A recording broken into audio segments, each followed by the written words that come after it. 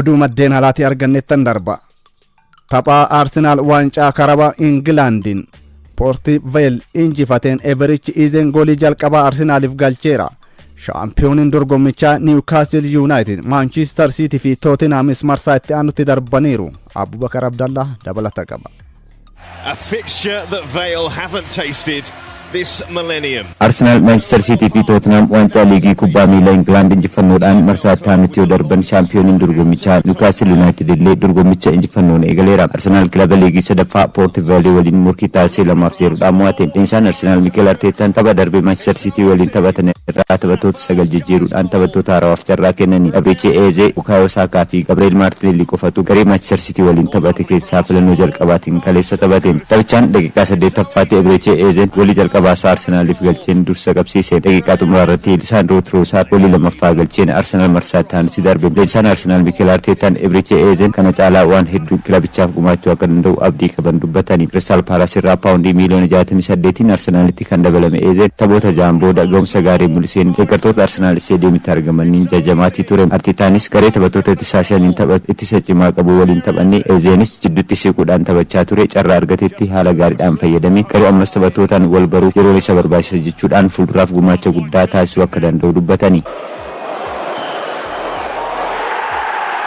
Kaleessuma Manchester City gara Huddersfield Town imaluudhaan 2-0 mo'achuun marsaa afuraffaaf darbe. Ilfuudhaan boqonnaan dura goolii yoo galchuu goolii lammaffaa Savinoon galches mijeesseera. Tapha kanaan obboleewwan lamaan ilmaan taphataa duraanii lammii England Emil Heskey, Jadanii fi Reegan Heskiin tapha tokkoon taphachuun taatee taphichaa ture. Yaayyaa turee fi Kooloo tureetti aansuudhaan obboleewwan lamaan tapha tokkoon yoo taphatan kun kan jalqabaati. Reegan umriin isaa 17 yoo ta'u kan hangafaa Jadan waggaa lamaan dursa. Pep Guardiolaan gahumsa garee isaaniitiin gammaduu ibsuudhaan ittisni isaanis fooyya'uu dubbatanii. Goolii tokko galchuun tokko kan mijeesse Phil Foden gahumsa gaarii mul'ise jechuudhaanis jajanii. Newcastle United immoo tapha Brentford simateen gooliiwwan 2 Joelinton fi William Osulan galchaniin mo'ate. Tottenham Doncaster waliin morkii taasisee 3-0 mo'ate. Joao Falinaan goolii jalqabaa yoo galchu taphataan Doncaster Magras garee isaa irratti goolii galchee 2-0 dursaatii turani. Brennan Johnson immoo goolii sadaffaa dabale. Waancaa liigii kubbaa miilaa England EFL Cup kanaan marsaa afuraffaaf ramaddii baheen shaampiyooniin Premier League England Liverpool waancaa FA kan fudhate Crystal Palace waliin ramadame. Shaampiyooniin dorgommichaa Newcastle United Tottenham waliin morkiin cimaan eeggata. Arsenal immoo kilaba Premier League Brighton waliin ramadame. Wolves Chelsea yoo keessummeessu Fulham dirreen alatti Wycombe waliin taphata. Kilabiin liigii sadaffaa dorgommicha keessatti hafee fi kanaan dura Manchester United mo'ate. Chelmsea Town amma kilaba Premier League Brentford waliin ramadame. Manchester City immoo Swansea City waliin taphata.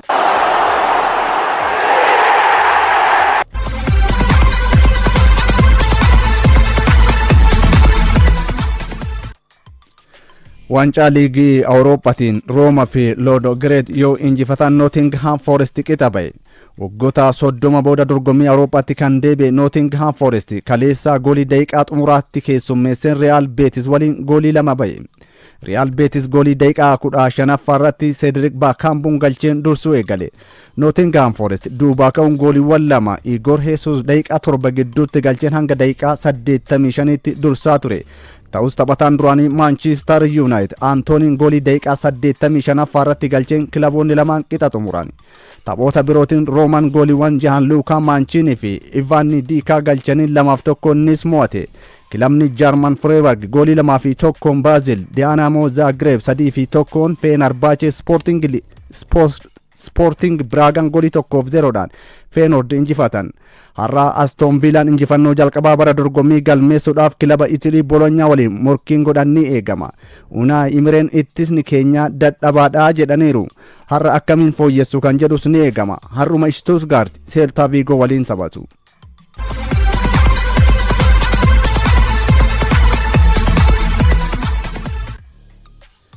La Liga Spain eda Atletico Madrid yoo injifatu Real Sociedad milkaa'eera. Atletico Madrid torbee ja'affaadhaan Rayo Vallecano keessummeessee goolii 3-2 injifate. Taphataan duraanii Manchester City'dha Julian Alvarez daqiiqaa 15 irratti goolii Atleticoon ittiin dursu galchee dursa qabsiise. Alvarez boqonnaa boodarra goolii 2 dabaluun hatriikii galmeesse.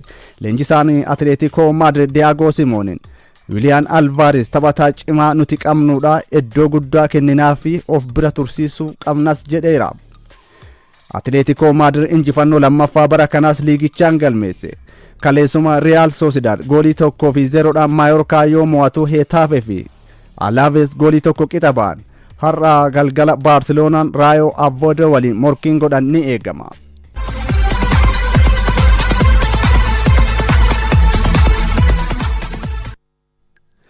Baarseloonaan ganna dhufu Maarkas Raashfoord dhaabbiidhaan mallatteessifachuuf Maanchiistar Yuunaayitid waliin haasaa eegale.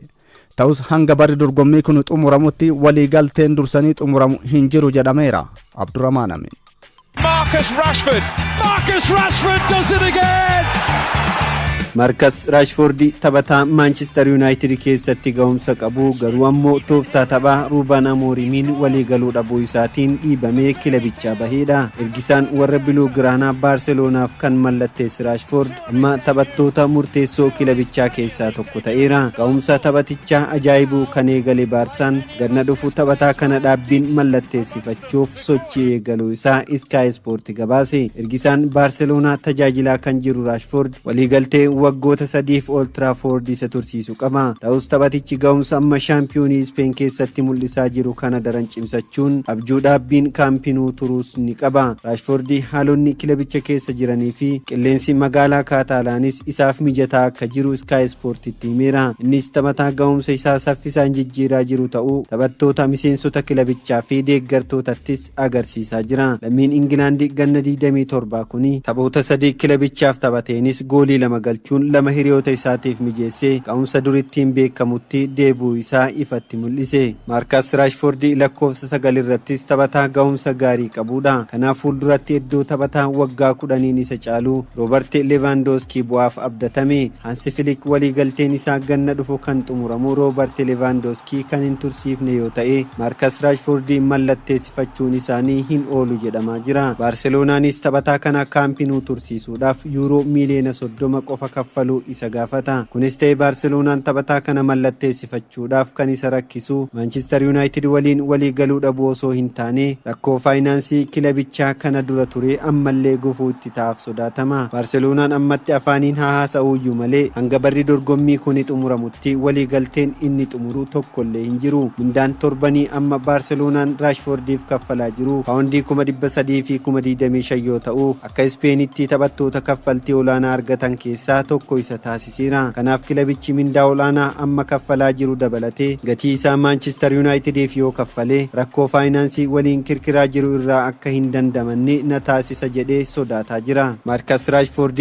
torbee darbee tapha Champions League irratti goolii 2 kilabichaaf erga galchee booda waggoota hedduuf kaampinuu turee taphachuu akka barbaadu dubbate. Ammatti garuu jedha Rashford kaayyoon isaa shaakala cimee hojjetee dirqama kilabichi isarraa qabu bahachuun galma isaanii milkeessuuf akka hojjetu hime. Hansi Flick taphattoota yeroo shaakalaa barfatan teessoo jijjiirraa irra kaa'u. Rashford sababa iddoo shaakalaa irraa daqiiqaa 2 barfateef kuma Raafiinyaa amala isaa akka sirreeffatuuf taphoota muraasa irratti teessoo jijjiirraa irra kaa'aa jiru.